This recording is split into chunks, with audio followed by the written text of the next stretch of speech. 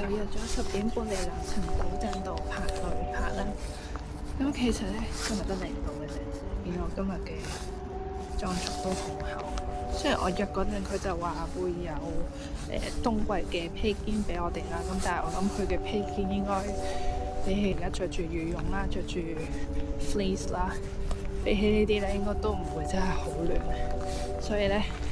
我哋就睇下0度咁樣着咧，會可以捱到幾耐。呢個南層古鎮咧就唔使換飛嘅，不過佢好多個景點咧就會逐一收費，都會有套票嘅，就視乎你想去幾多個呢啲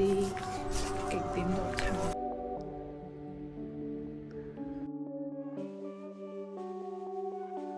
嗰度咧係呢個位上樓梯上去角落，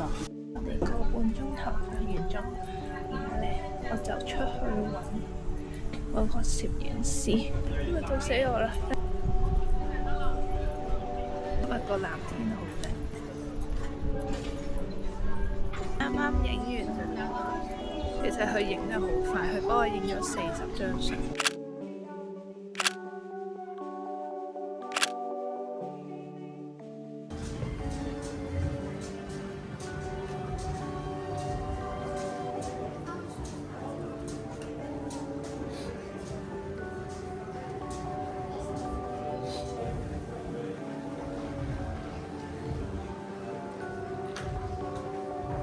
而家還咗3咧，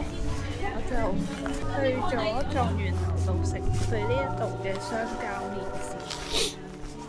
因為我4:08嘅高鐵啦，其實呢度差唔多4點鐘，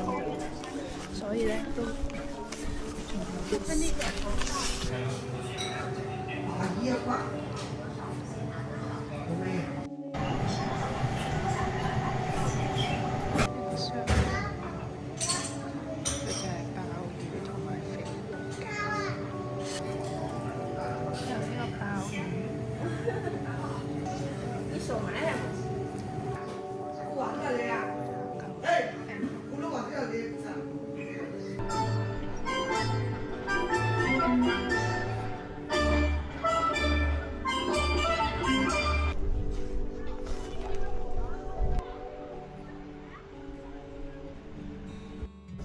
而家咧就搭翻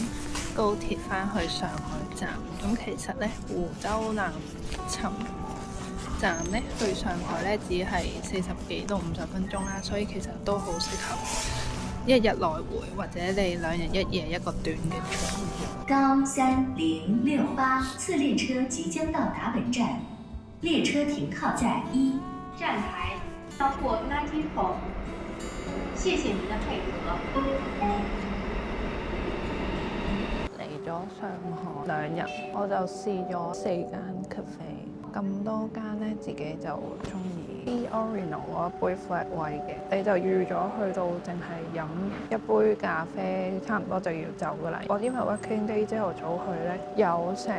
2-3個人喺出面排緊隊。第二咧就係 Captain George 嗰個 set 啦，我嗰日飲嘅咧就係埃塞俄比亞嘅 Cova 豆，我就問佢邊一隻其實即係果香味多啲，因為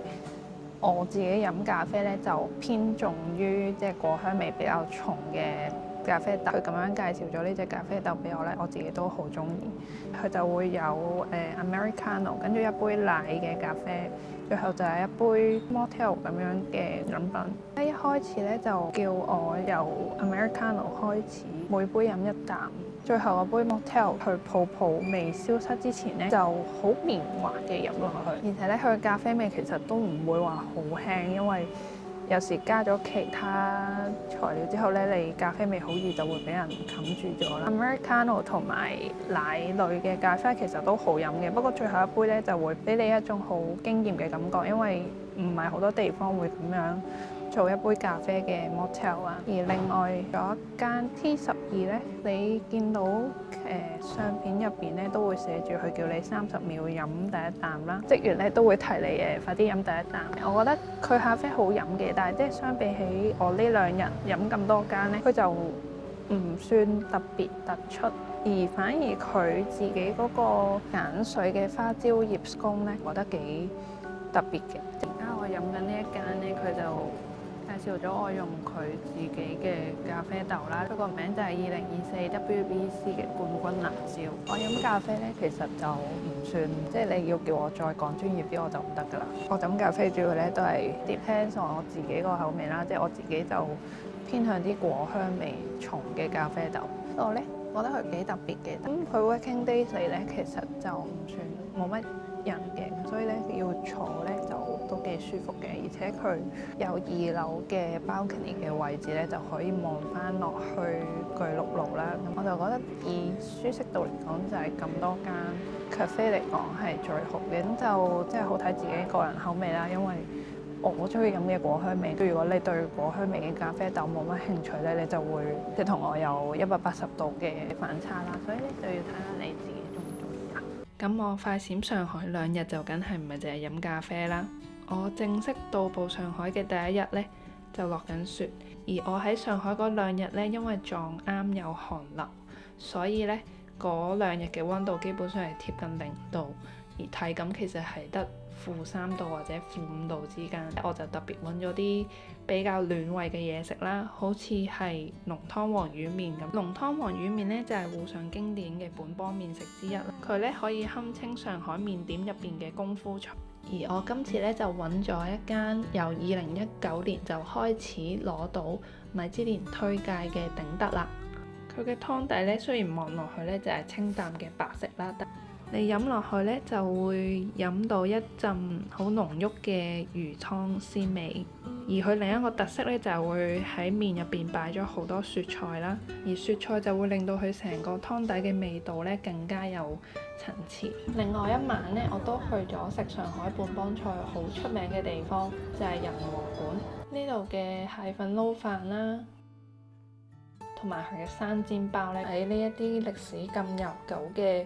餐廳入邊呢，基本上你叫翻上海本幫菜嘅特色